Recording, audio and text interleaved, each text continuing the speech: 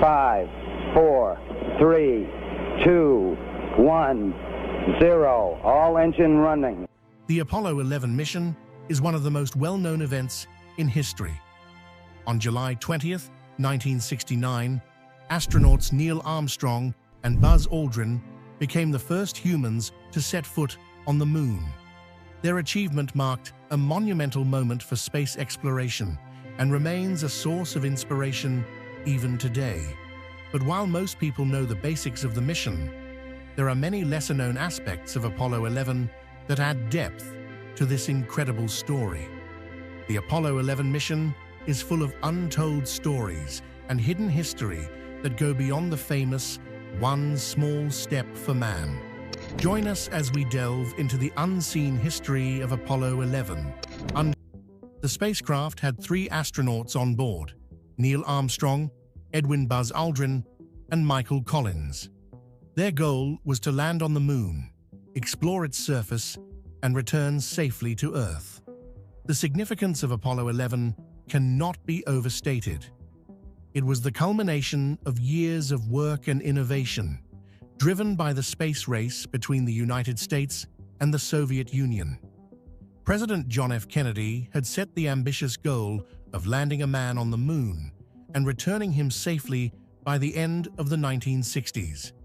Apollo 11 achieved this goal, fulfilling Kennedy's vision and demonstrating American prowess in space exploration. On July 20th, 1969, the lunar module, named Eagle, separated from the command module and descended toward the moon's surface. Neil Armstrong, the mission commander, famously declared challenges, including the need to navigate unknown terrain and handle unexpected issues like low fuel and computer alarms. Armstrong and Aldrin's successful landing in the Sea of Tranquility and their safe return to Earth demonstrated both the remarkable human spirit and technical achievements of the time. Space sickness. Space sickness, also known as space motion sickness, is a condition that astronauts can experience when they're in space.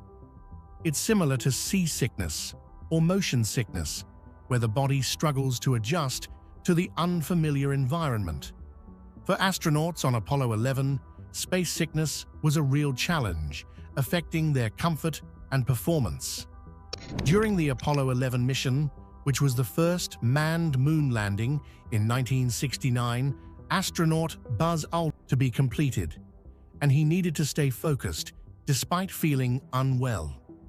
This discomfort was not just a minor inconvenience, but a significant factor that could impact the mission's success. It made daily activities like eating and working in the spacecraft more difficult, as Aldrin had to deal with the physical discomfort while maintaining concentration on his tasks. The situation was compounded by the confined space of the spacecraft. In a tiny space with limited room to move, the sickness could feel more intense. To manage this, astronauts had to use various strategies, such as special medications, to help control their symptoms. The experience of space sickness also highlighted the need for better preparation and support systems for future missions. Space sickness was not unique to Apollo 11. It has been a common issue part of the Apollo 11 mission, which landed astronauts Neil Armstrong and Buzz Aldrin on the moon in July 1969. After spending about 21 hours on the lunar surface, the astronauts had to return to the command module, which was orbiting the moon. This return involved a complex and delicate process, centered on the ascent stage of the LM. The lunar module had 2 main parts: the descent stage and the ascent stage. The descent stage, which was left on the moon, included the landing gear and scientific equipment. The ascent stage, on the other hand, was the portion designed to lift off from the moon and carry the astronauts back into lunar orbit. When it was time to leave the moon, Buzz Aldrin and Neil Armstrong climbed into the ascent stage. This part of the LM was equipped with E1. This mixture created a powerful thrust that pushed the ascent stage away from the lunar surface. The engine had to be carefully controlled to ensure a smooth and accurate trajectory. During the ascent, the lunar module's ascent stage was guided by onboard computers and navigation instruments. The guidance system was crucial for aligning the module with the trajectory needed to rendezvous with the command module. This alignment had to be precise because any deviation could have jeopardized the mission. After reaching lunar orbit, the ascent stage had to dock with the command module, piloted by Michael Collins. This docking was a delicate maneuver that required exact timing and coordination between the astronauts and the spacecraft. Once docked, Aldrin and Armstrong transferred to the command module, leaving the ascending a commemorative plaque which added a significant layer to their mission's achievements. Upon landing in the Sea of Tranquility, Armstrong and Aldrin carefully gathered samples of lunar soil and rocks.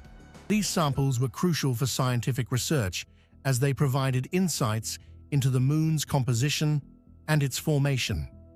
The samples collected included lunar dust, small rock fragments, and soil.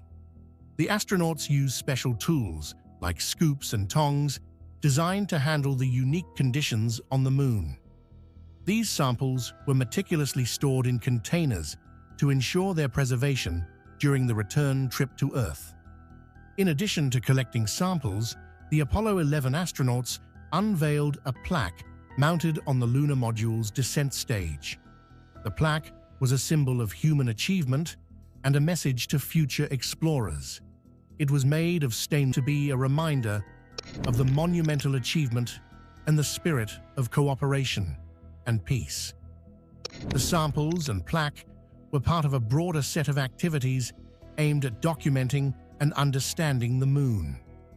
The lunar dust collected was analyzed for its mineral composition, revealing details about the moon's volcanic history and surface conditions. The data provided by these samples has been invaluable for scientific studies and has contributed to our understanding of the moon's geological history. By the time Armstrong and Aldrin completed their tasks and prepared to return to the lunar module, the collection of lunar samples and the placement of the plaque had become iconic symbols of the Apollo 11 mission's success. Lunar radio barrier. During the Apollo 11, just for the safety of the astronauts, but also to relay vital scientific data and updates about the mission. However, the vast distance between Earth and the Moon posed a significant challenge for radio communications. The main issue was the radio signal's strength and clarity. The radio signals had to travel about 855 miles, 400 kilometers to get from the Moon to Earth. This distance meant the signals could weaken and degrade, potentially causing communication problems. To address this, NASA used a network of large radio antennas on Earth, part of the Deep Space Network, DSN, to catch and transmit signals. These antennas, located in California, Spain, and Australia, were crucial for receiving the weak signals from the Moon. Another challenge was dealing with the Moon's surface and environment during the lunar landing itself.